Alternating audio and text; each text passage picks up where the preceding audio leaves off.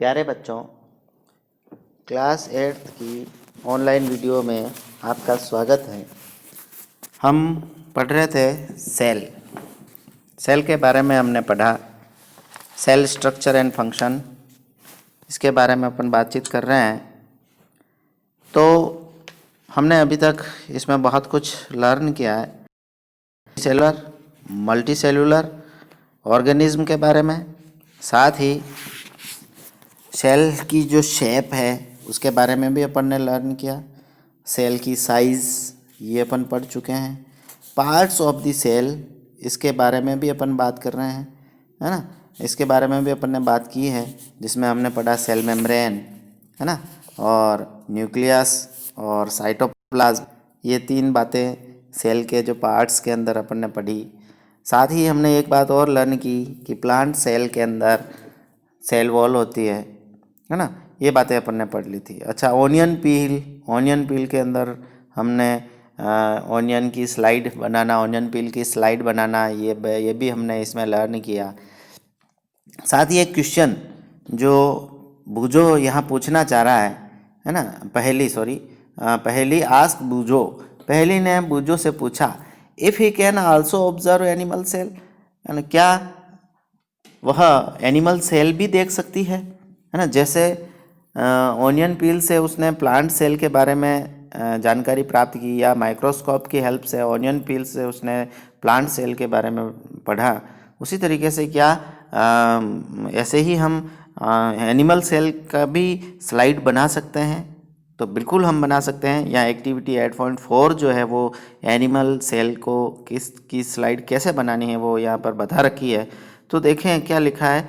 Take a clean toothpick, है ना, एक कोई क्लीन साफ, है ना, टूथपिक लेना है। टूथपिक जिससे अपन दांत कुरेदते हैं ना। जब कोई दांत में कोई फूड मटेरियल फंस जाता है तो हम उसको दांत को साफ करते हैं उस टूथपिक की हेल्प से, है ना। तो ऐसा टूथपिक लेना है। या टूथपिक अवेलेबल नहीं है तो आप एक मैच स्टिक भी ले सकते हैं, है ना। तो मैच स्टिक की हेल्प से, है ना, आपको क्या करना है, लेकिन उस मैच स्टिक की जो आगे जो टिप होती है ना, जिससे अपन फायर जो है करते हैं, आग लगाते हैं, तो उसको तोड़ देना है ना, ब्रोकन टिप, है ना, with the broken tip. Okay. उसके बाद आपको या टूथपिक से या मैच स्टिक से क्या करना है, आपकी जो चिक है, चिक बोलते हैं गाल, है ना, गाल होता है ना अपना, ये इसके इनसाइड अंदर की तरफ से, है ना, उसको इस तरीके से स्क्रैप करना है कि वो उसके कोई हर्ट नहीं पहुँचे, है ना। ऐसा नहीं होगा आप उसको ज़ोर से उसको स्क्रैप कर लो जिससे ब्लीडिंग हो जाए मुंह के अंदर, माउथ के अंदर, तो ऐसा नहीं करना है ना। स्क्रैप इनसाइड योर चिक विदाउट हर्टिंग इट, है ना, हल्के से उसको इस तरीके से स्क्रैप करना है। फिर क्या करना है, place it in a drop of water on a glass slide, है ना, place it in a drop of water on a glass slide. फिर आपको क्या करना है, एक ग्लास स्लाइड लेनी है, उसके ऊपर एक वाटर की ड्रॉप जो है वहाँ पर डालनी है। ओके, वाटर की ड्रॉप जैसे आप उसके ऊपर डालोगे, अब आपने जो वो स्क्रैप किया, स्क्रैप करने से जो उसके ऊपर जो मटेरियल उसके ऊपर अटैच हुआ है, उस मटेरियल को उस ग्लास स्लाइड के ऊपर जो आपने वाटर की ड्रॉप डाल रखी है उसके अंदर आपको उस मटेरियल को हल्का बहुत कम मटेरियल होगा उसको उसके ऊपर, है ना, प्लेस कर देना है या उसके अंदर अटैच कर देना है। Okay. Add a drop of iodine, है ना, उसके ऊपर आपको थोड़ा सा आयोडीन, एक बूंद जो है आयोडीन जो है उसको ड्रॉप करना है। And place a cover slip over it. Okay, उसके ऊपर फिर एक कवर स्लिप लगा देनी है। Alternatively add 1-2 drop of methylene blue solution, है ना, थोड़ा सा उसके ऊपर मिथिलाइन ब्लू सॉल्यूशन भी डाल दें। Observe it under the microscope, फिर आप उस स्लाइड को माइक्रोस्कोप के अंदर ऑब्जर्व करना है।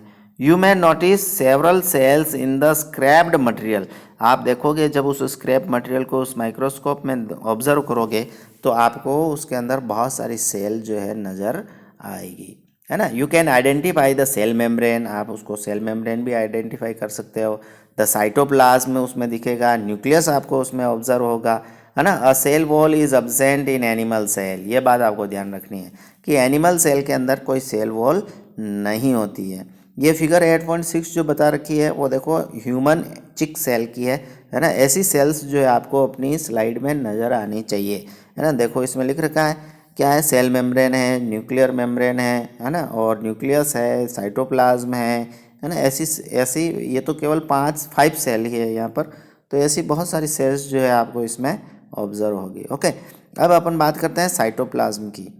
ठीक है, तो साइटोप्लाज्म क्या है? It is the jelly like substances, है ना, जो न्यूक्लियस और सेल मेम्ब्रेन के बीच में जो लिक्विड है, उस लिक्विड को अपन सेमी सॉलिड जो मटेरियल है, उस मटेरियल को अपन साइटोप्लाज्म कहते हैं। और ये कैसा होता है? It is the jelly like substances present between the cell membrane and the nucleus. Okay, आप देख सकते हो सेल मेम्ब्रेन और न्यूक्लियस के बीच में ये जेली लाइक मटेरियल भरा हुआ है। तो वेरियस अदर कंपोनेंट्स और organelles of cells are present in the cytoplasm. तो इस साइटोप्लाज्म के अंदर और भी बहुत सारे सेल ऑर्गेनेली भी इसके अंदर प्रेजेंट रहते हैं। केवल साइटोप्लाज्म ही नहीं है, इसके अंदर बहुत सारी डॉट डॉट दिख रहे हैं ना, ब्लैक ब्लैक छोटे छोटे डॉट डॉट। तो ये डॉट डॉट जो है ये सेल के अदर ऑर्गेनेलीज है ना। ये न्यूक्लियस तो आपको क्लियर दिख रहा है, न्यूक्लियस भी सेल का ऑर्गेनेली है, लेकिन क्योंकि वो थोड़ा सा बड़ा होता है, बिग साइज़ का होता है। लेकिन अदर जो ऑर्गेनेलीज होते हैं वो इससे छोटे होते हैं, स्मॉल साइज़ के होते हैं, इसलिए वो इतने बड़े आपको इस माइक्रोस्कोप में नज़र नहीं आएंगे। लेकिन अदर ऑर्गेनेलीज भी होते हैं सेल के अंदर। तो कौन कौन से सेल ऑर्गेनेलीज सेल के अंदर प्रेजेंट रहते हैं, उनके नाम आपको पता होना चाहिए और आपकी बुक में लिख रखे हैं। These are mitochondria, Golgi bodies, ribosomes etcetera. और भी होते हैं, एंडोप्लाज्मिक रेटिकुलम, है ना, और वैक्यूल्स, ये भी और होते हैं। आपको 9th क्लास में इसके बारे में और जानकारी देंगे, पर यहाँ पर आपको ये पता होना चाहिए कि सेल के अंदर और कौन कौन से सेल ऑर्गेनेली होते हैं। ठीक है, तो you will learn about them in later classes. Okay, 9th class में आपको इसके बारे में और भी जानकारी देंगे कि भाई ये गोल्जी बॉडी क्या है, माइटोकॉन्ड्रिया क्या है ना, राइबोसोम क्या होता है, लाइसोसोम क्या होता है, एंडोप्लाज्मिक रेटिकुलम क्या है, रफ एंडोप्लाज्मिक रेटिकुलम क्या है, स्मूथ एंडोप्लाज्मिक रेटिकुलम क्या है ना, और वैक्यूल्स का क्या रोल होता है। ये सभी बातें अपन और भी हैं जो अपन 9th क्लास में पढ़ेंगे। ठीक है, अब आती है बात अगली न्यूक्लियस के बारे में। तो न्यूक्लियस क्या है? It is an important component of the living cell. Nucleus जो है वो इस लिविंग सेल का इम्पोर्टेंट कंपोनेंट है ना। It is generally spherical and located in the centre of the cell. इसकी साइज़ कैसी होती है? स्पेरिकल साइज की शेप की होता है ये, और मोस्टली ये सेल के सेंटर में लोकेटेड है ना। देख सकते हैं आप इस फिगर 8.6 के अंदर सेल के बिल्कुल सेंटर में होता है। मोस्टली सेंटर में, कभी भी इधर उधर भी हो सकता है, लेकिन मोस्टली ये सेंटर में होता है। ठीक है, और it can be stained and seen easily with the help of microscope. इसको भी हम स्टैंड कर सकते हैं, इसको कलर किया जा सकता है, और इसको माइक्रोस्कोप में हम देखेंगे तो ये हमारे को दिखाई भी देता है। Okay, nucleus is separated from the cytoplasm by a membrane called the nuclear membrane. Okay, ये बात भी ध्यान रखना है, जैसा कि ऊपर लिखा हुआ है 8.6 में, कि ये न्यूक्लियस जो है वो साइटोप्लाज्म से न्यूक्लियर मेम्ब्रेन की हेल्प से सेपरेट रहता है। यानी जो न्यूक्लियस के अंदर जो मटेरियल होता है वो भी एक लेयर के अंदर बाउंडेड रहता है, और उस लेयर को अपन न्यूक्लियर मेम्ब्रेन कहते हैं। जैसे सेल मेम्ब्रेन है वैसे ही न्यूक्लियर मेम्ब्रेन होती है। ओके, तो this membrane is also porous and allows the movement of materials between the cytoplasm and inside the nucleus। जैसे सेल की मेम्ब्रेन जो होती है वो पोरस होती है ना, वैसे इस न्यूक्लियस की जो मेम्ब्रेन होती है वो भी पोरस होती है। उसमें से बहुत सारे सब्सटेंसेस जो है वो उसके अंदर आ जा सकते हैं। उसमें से न्यूक्लियस साइटोप्लाज्म से न्यूक्लियस की तरफ और न्यूक्लियस से साइटोप्लाज्म की तरफ बहुत जो सब्सटेंसेस आते जाते रहते हैं, या उसमें से होकर के क्रॉस हो सकते हैं, है ना। जो भी रिक्वायरमेंट होती है न्यूक्लियस के अंदर जो मटेरियल है उसको, जो भी रिक्वायरमेंट है उसको, जो भी चीज़ चाहिए वो बाहर से साइटोप्लाज्म से लेगा, तो इस मेम्ब्रेन से होकर के वो क्रॉस कर सकती है। यानी पोरस होती है, उसमें स्मॉल होल जो होते हैं, छोटे छोटे से होल होते हैं। ओके, अब ये कितने छोटे होते हैं अब आप आइडिया लगाओ भाई, जो न्यूक्लियस है वो कितना छोटा होगा। ओके, उस हिसाब से। ठीक है, आगे बात करते हैं अपन। With a microscope of higher magnification, we can see a smaller spherical body in the nucleus, है ना। तो देखो, अगर हमारे पास और भी ज़्यादा मैग्निफिकेशन कर सकने वाला, यानी किसी भी चित्र को या किसी भी सब्सटेंसेस को बड़ा कर सकने वाला, और बड़ा कर देने, जैसे इलेक्ट्रॉन माइक्रोस्कोप जिसको अपन बोल सकते हैं। तो ये जो माइक्रोस्कोप होते हैं इलेक्ट्रॉन माइक्रोस्कोप, ये उस मटेरियल को या उस चीज़ को बहुत बड़ा करके हमारे सामने प्रेजेंट करते हैं, है ना। तो ऐसा अगर आपके पास है, जैसे बड़ी बड़ी लैब्स वगैरह होती है उसके अंदर होता है, साइंटिस्ट लोगों के पास ऐसे माइक्रोस्कोप होते हैं, तो with a microscope of higher magnification, तो बड़े ज़्यादा मैग्नीफिकेशन कर सकने वाले अगर माइक्रोस्कोप हमारे पास अवेलेबल है, तो हम क्या कर सकते हैं, we can see a smaller spherical body in the nucleus, है ना। न्यूक्लियस के अंदर भी क्या क्या चीज़ें हैं उसको अपन देख सकते हैं। और न्यूक्लियस के अंदर भी क्या होता है, न्यूक्लियोलियस होता है ना। न्यूक्लियस के अंदर भी न्यूक्लियोलियस होता है, it is called the nucleolus, है ना। In addition nucleus contain thread like structure called chromosomes, है ना। और इसके साथ इस न्यूक्लियस के अंदर क्रोमोसोम्स भी प्रेजेंट होते हैं, है ना। थ्रेड लाइक, धागे के नुमा, अपना धागा होता है ना, तो इस धागे के नुमा इसके अंदर कुछ स्ट्रक्चर प्रेजेंट रहे। अगर आप उनको हायर मैग्नीफिकेशन वाला माइक्रोस्कोप मिल जाए और उसके अंदर अगर अपन इस न्यूक्लियस को या सेल को देखेंगे, तो हमें ये न्यूक्लियस के अंदर माइक्रोस्कोप और न्यूक्लियोलियस जो है हमारे क्रोमोसोम्स और न्यूक्लियोलियस जो है हमारे इसके अंदर दिखाई देंगे, है ना। थ्रेड लाइक स्ट्रक्चर जिनको हम क्रोमोसोम्स कहते हैं। ओके, तो क्रोमोसोम्स क्या करते हैं, these carry gene and help in inheritance और transfer of the characters from the parent to the offspring, है ना। ये क्रोमोसोम्स बहुत ही हेल्पफुल होते हैं और इन क्रोमोसोम्स के जो छोटे छोटे सेगमेंट होते हैं उनको जीन कहते हैं, है ना। क्रोमोसोम्स के या डीएनए, क्रोमोसोम्स जो होता है वो डीएनए का बना होता है, आपको पता होना चाहिए। क्रोमोसोम्स जो होते हैं डीएनए के बने होते हैं, है ना। डीएनए का अर्थ होता है डीऑक्सी राइबोज न्यूक्लिक एसिड, है ना। ये एक न्यूक्लिक एसिड है जो सेल के अंदर जो क्रोमोसोम्स होते हैं उनके अंदर होता है, और ये क्रोमोसोम्स जो होते हैं डीएनए के बने होते हैं, डीऑक्सी राइबोज न्यूक्लिक एसिड। और ये जो डीएनए है उसका छोटा सा टुकड़ा या segment of the DNA is known as gene, है ना। जीन किसको कहते हैं, डीएनए का छोटा टुकड़ा जीन कहलाता है। Small piece of DNA is known as gene. और जीन क्या करते हैं, जीन जो है वो यूनिट है किसकी, इनहेरिटेंस ऑफ करेक्टर्स, है ना। करेक्टर्स को की एक छोटी सी यूनिट है ना। किसी भी, जैसे अपन देखते हैं ना आपकी क्लास में इतने सारे बच्चे हैं, सभी के करेक्टर्स अलग अलग हैं, तो ये करेक्टर्स अलग अलग क्यों हुए, क्योंकि इनको डिफाइन करने वाला कौन होता है, जीन, है ना। जीन जो है वो अपने करेक्टर्स को डिफाइन करता है। यहाँ पर करेक्टर्स का मतलब है किसी की लेंथ है, किसी की आइज़ की कलर है, किसी की हेयर का पैटर्न है, किसी के नेल की शेप है, किसी की नोज़ की शेप है ना। इसके अलावा माउथ की शेप है, टीथ की जो अरेंजमेंट है वो है, ईयर लॉब्स कैसे हैं, है ना। और भी बहुत सारे हैंड्स की जो लेंथ है, फुट की जो लेंथ है ना। ये स्किन का कलर है, ये सभी अपने करेक्टर्स है, अपनी बॉडी के करेक्टर्स हैं। तो इन बॉडी के करेक्टर्स को डिफाइन करने वाले होते हैं जीन, और ये जीन कहाँ प्रेजेंट रहते हैं, क्रोमोसोम्स में। क्रोमोसोम्स कहाँ होता है, न्यूक्लियस में, और न्यूक्लियस कहाँ होता है, सेल में, है ना।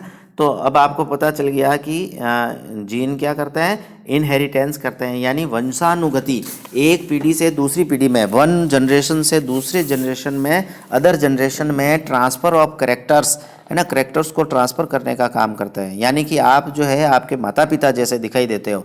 क्यों दिखाई देते हो, क्योंकि आपके करेक्टर्स जो हैं वो आपके फादर और मदर से आप तक पहुँचे हैं, किसकी हेल्प से, इन जीन की हेल्प से पहुँचे हैं, है ना। तो ये जीन जो होते हैं वो क्या करते हैं, they carry genes and help in inheritance और transfer of characters from the parent to the offspring. Offspring कहते हैं बच्चे।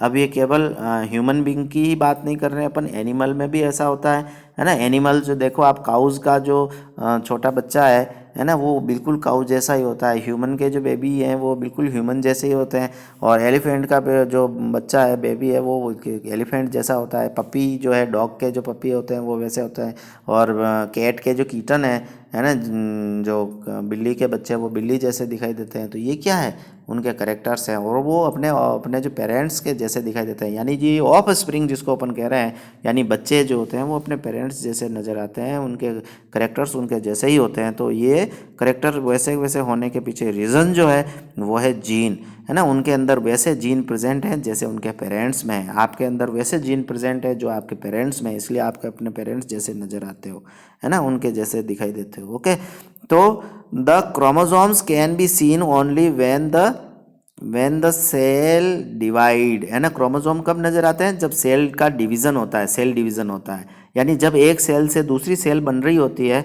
उसको अपन सेल डिवीज़न कहते हैं। यानी एक सेल से कभी 2 सेल भी बनती है और कभी 4 सेल बनती है, तो इसको अपन सेल डिवीज़न कहते हैं। ओके, तो सेल डिवीज़न जब होता है उस समय हमारे को क्रोमोसोम्स जो है न्यूक्लियस के अंदर नज़र आते हैं, बाकी नहीं दिखते हैं ना। अब आता है जीन के बारे में, थोड़ा सा और ज़्यादा डिफाइन कर रखा है यहाँ पर। तो जीन क्या है? Gene is a unit of inheritance in living organism. जितने भी लिविंग ऑर्गेनिज्म हैं उसके अंदर सेल होती है और सेल के अंदर न्यूक्लियस होता है, न्यूक्लियस के अंदर क्रोमोसोम्स होते हैं, क्रोमोसोम्स के अंदर ऊपर जीन प्रेजेंट रहते हैं। और ये जीन जो है क्या करते हैं, जो करेक्टर्स है उनको एक पीढ़ी से दूसरी पीढ़ी या वन जनरेशन से अनदर जनरेशन में ले जाने का काम करते हैं, है ना। तो इसको इसलिए अपन इसको जीन को अपन यूनिट ऑफ इनहेरिटेंस कहते हैं। अगर आपको कोई भी क्वेश्चन पूछ ले कि what is the unit of inheritance, तो you can give the answer gene, है ना। इसके अलावा ये देखो आगे लिखा है, it controls the transfer of a hereditary characteristics from parent to offspring. Gene क्या करते हैं कि जो हेरिडिटरी करेक्टरिस्टिक्स हैं, यानी कि आपके वंश से जो करेक्टर्स चले आ रहे हैं, यानी आपके दादा दादी के करेक्टर्स आपके फादर के अंदर आए, है ना, आपके नाना नानी के करेक्टर्स आपकी मदर के अंदर आए, और उनके करेक्टर्स हैं दोनों के वो वापस आपकी बॉडी के अंदर एंटर हुए। तो ये क्या हुआ? Characters, transfer of characters. और ये कौन से करेक्टर्स हैं? हेरिडिटरी करेक्टर्स, यानी वंशानुगत, जो वंश से परंपरा से चले आ रहे हैं वो करेक्टर्स जो है हमारे ऑफ स्प्रिंग के अंदर ट्रांसफ़र करने का काम जो है वो जीन करता है। Okay, this means that your parents passes some of their characteristics to on to you, यानी हमारे अंदर जो करेक्टरिस्टिक्स जो है हमारे पेरेंट्स से हमें मिलते हैं। इसलिए आपके बहुत सारे करेक्टर्स आपके नाना नानी से मिलते हैं, बहुत सारे करेक्टर्स आपके दादा दादी से मिलते हैं। तो इसका रीज़न क्या है? क्योंकि वो करेक्टर्स आप दादा दादी से आपके फादर में आए और नाना नानी से आपकी मदर के अंदर एंटर हुए और आपकी मदर और फादर से आपकी बॉडी के अंदर एंटर हुए। तो इस तरीके से ये करेक्टर्स को अपन हेरिडिटरी करेक्टर्स बोलते हैं। ओके, तो if your father has brown eyes, जैसे कि यहाँ पर दे रखा है, if your father has brown eyes you may also have brown eyes, तो हो सकता है आपकी आइज भी ब्राउन हो, है ना। If your mother has curly hair, है ना, अगर आपकी मदर के हेयर करली हैं, है ना, घुंघराले बाल है अगर आपके मदर के, तो you might also end up, तो हो सकता है कि आपके भी हेयर जो होंगे वो कैसे होंगे? You might also end up having curly hair, है ना। आपकी बॉडी के आपके जो हेयर हैं वो भी करली हो भी सकते हैं। आपके नहीं है तो आपके छोटे भाई के होंगे या आपकी सिस्टर के होंगे या किसी के फैमिली में कोई न कोई मेंबर जो होगा उसके करली हेयर होंगे, या उसकी आईज जो है वो ब्राउन कलर की होगी। ब्राउन यानी माजरी होती है ना आँखें जी ऐसी, है ना। तो ऐसी आइज़ का कलर आपके फैमिली में किसी के न किसी के होगा, इसलिए आपके भी ऐसा है। ओके, तो इस तरीके से अपन आगे बढ़ते हैं। How ever the different combination of gene form, है ना, from parents result in different characteristics, है ना। अलग अलग पेरेंट्स के जो जीन का जो कॉम्बिनेशन होता है, अलग अलग पेरेंट्स से जो जीन मिलते हैं, उन्हीं जीन के आधार पर हमारे बॉडी के अंदर जो करेक्टरिस्टिक्स होते हैं, किसी भी लिविंग के अंदर सेल के अंदर करेक्टरिस्टिक्स होते हैं वो डिफाइन होते हैं। ओके, तो nucleus in addition to its role in inheritance act as control centre of the activity of the cell, है ना। तो न्यूक्लियस का सबसे बड़ा काम हो गया उस जीन के द्वारा इनहेरिटेंस करवाना। और इसके साथ ही एक और एडिशनल वर्क है और वो है सेंटर में रहता है ये, इसलिए ये क्या करता है? कंट्रोलिंग करता है किसकी? सेल की एक्टिविटी की, यानी सेल की जो भी एक्टिविटीज़ है उसको कंट्रोल करने का काम ये न्यूक्लियस करेगा। Okay, the entire content of a living cell is known as protoplasm. तो अब आपको एक नया वर्ड आया यहाँ पर, प्रोटोप्लाज्म। तो मैं आपको बता देता हूँ कि सेल मेम्ब्रेन के अंदर जो भी चीज़ है ना, एडिंग न्यूक्लियस को भी उसमें ऐड कर लो। Cytoplasm plus nucleus is known as protoplasm, है ना। Cytoplasm and nucleus is known as protoplasm, ये बात ध्यान रखना है। 2 वर्ड है, एक तो साइटोप्लाज्म और प्रोटोप्लाज्म। आपको कंफ्यूज होने की ज़रूरत नहीं है। साइटोप्लाज्म क्या है? सेल के अंदर न्यूक्लियस के अलावा जो भी चीज़ है वो साइटोप्लाज्म है। और अगर न्यूक्लियस और साइटोप्लाज्म दोनों को कंक्लूड कर लें या दोनों को ऐड कर लें तो वो जो सब्सटेंसेज है वो दोनों मिलकर के cytoplasm plus nucleus is known as protoplasm, यानी सेल के अंदर प्रोटोप्लाज्म होता है और उस प्रोटोप्लाज्म में न्यूक्लियस और सेल में साइटोप्लाज्म होते हैं। इसलिए आप इसमें कंफ्यूज होना मत कि साइटोप्लाज्म क्या होता है और प्रोटोप्लाज्म क्या होता है, ठीक है ना, ये अच्छे से याद कर लेना आप। तो इसमें लिखा है देखो, the entire content of a living cell is known as protoplasm. Living cell के अंदर जो भी जो भी चीज़ है उस सबको अपन प्रोटोप्लाज्म कहते हैं। It include the cytoplasm and the nucleus, है ना, इसके अंदर क्या होता है, साइटोप्लाज्म और न्यूक्लियस होता है। ओके, तो protoplasm is called the living substances of the cell. Protoplasm को अपन सेल का लिविंग सब्सटेंसेस भी कहते हैं। ओके, फिर आता है पहली want to know if the structure of the nucleus is the same in cell of plants, animal and bacteria. तो पहली ये जानना चाहती है कि जो न्यूक्लियस है ना, स्ट्रक्चर जो है न्यूक्लियस का वो क्या से प्लांट की सेल में, एनिमल की सेल में और बैक्टीरिया के सेल में सेम टाइप का होता है या कोई उसमें चेंजेज होता है। तो आपको यहाँ पर बता देते हैं, इसको पढ़ करके समझा देते हैं कि the nucleus of the bacterial cell is not well organised like the cell of multicellular organism, है ना। हम जानते हैं बैक्टीरिया एक यूनिसेल्युलर ऑर्गेनिज्म है ना, ये सिंगल सेल का होता है। तो इसके अंदर जो न्यूक्लियस होता है वो वेल ऑर्गेनाइज्ड नहीं होता है, जैसा कि जो मल्टीसेल्युलर ऑर्गेनिज्म होते हैं उनके अंदर होता है। मल्टीसेल्युलर ऑर्गेनिज्म जैसे प्लांट है, एनिमल है ना, बर्ड्स हैं, जो भी हैं, जो बड़े बहुत एक से ज़्यादा सेल के बने होते हैं उनको मल्टी सेल्यूलर कहते हैं। वैसे मैंने ये बात पहले आपको समझा दी है कि मल्टी सेल्यूलर और यूनिसेल्युलर क्या होते हैं, है ना। तो मल्टी सेल्यूलर ऑर्गेनिज्म के अंदर जो न्यूक्लियस होता है वो वेल ऑर्गेनाइज्ड होता है, जबकि जो यूनिसेल्युलर ऑर्गेनिज्म होते हैं उनके अंदर न्यूक्लियस जो होता है वो वेल ऑर्गेनाइज्ड नहीं होता है ना। There is no nuclear membrane, क्या होता है उसमें, जो यूनिसेल्युलर है जैसे बैक्टीरिया है तो इनके अंदर जो न्यूक्लियस होता है उनके ऊपर न्यूक्लियर मेम्ब्रेन नहीं होती है, यानी कि जो न्यूक्लिक एसिड या ये जो न्यूक्लियस के अंदर जो भी चीज़ें होती है वो साइटोप्लाज्म के अंदर ऐसे ही स्प्रेड रहती है, पड़ी हुई रहती है, बिखरी हुई रहती है, क्योंकि अगर उसके ऊपर मेम्ब्रेन नहीं है तो बिखर जाएगी, वो उसके अंदर फैली हुई रहेगी। ओके, तो ऑर्गेनाइजेशन जो है उसका न्यूक्लियस का वो सही से नहीं होता है। Okay, the sales having nuclear material, है ना, जो न्यूक्लियस के अंदर होता है जो पदार्थ होता है या सब्सटेंसेस होता है उसको ओपन न्यूक्लियर मटेरियल कहते हैं। The cell